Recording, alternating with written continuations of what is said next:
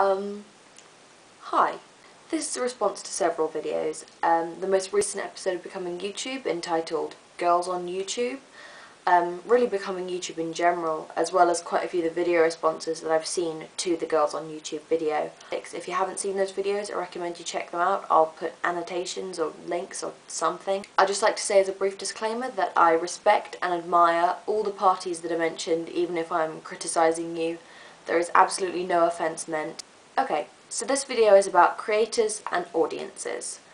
And for the purposes of this video, what I mean by creator, however skewed this definition might be, is a YouTube video maker. And I think the way that this title is sort of bestowed upon people who make YouTube videos is a little bit wrong, frankly, but for the sake of this video, going quickly, I'm just going to call all YouTube video makers creators. I feel often like people who aren't creators, people who aren't part of this select little club, don't get the same kind of respect as creators do, especially from creators. These people come across as intelligent and thoughtful people, but then they have this really difficult time imagining their audience as complex individuals. This happens quite a lot with 13 to 17-year-old girls, which is my age group.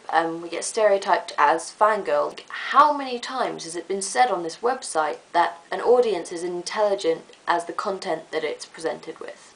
These people are only seeing how an audience responds to their content. I know that this age group is often criticised for only liking YouTubers for their looks, but if you look at my sub box as a 16-year-old girl, there's pretty much a 50-50 split between boys and girls, maybe even in the favour of girls. And if you look at the posters on my walls, I mean, yes, there's a poster of Chase Crawford right there just behind the camera, but if you can see behind me, most of them are women who I find inspirational and interesting, and we don't all hate each other.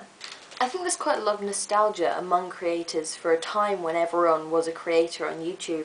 And now that the creator to consumer ratio has completely changed, I think a lot of people feel like they wish they could go back. I think it's practically impossible. I mean, it is logistically impossible for that to happen because YouTube has got so big, it's got so popular, and in a way that's done a lot for these creators. And this sort of reinforces the idea that I've had that, I know it's a controversial one, it's going to sound horrible, but creators hate non-creators.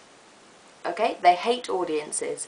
They hate their own audiences, they hate other people's audiences, they hate people who don't create. I know this is drastic, I'm making a big sweeping statement that you can disprove all you like in the comments. I think there are some YouTubers who get this so right, who support and nurture and help their audiences and provide them with good content that makes them think. Everyone creates. But not everyone makes YouTube videos, not everyone has to, and not everyone wants to. Not everyone should have to make a YouTube video to earn your respect.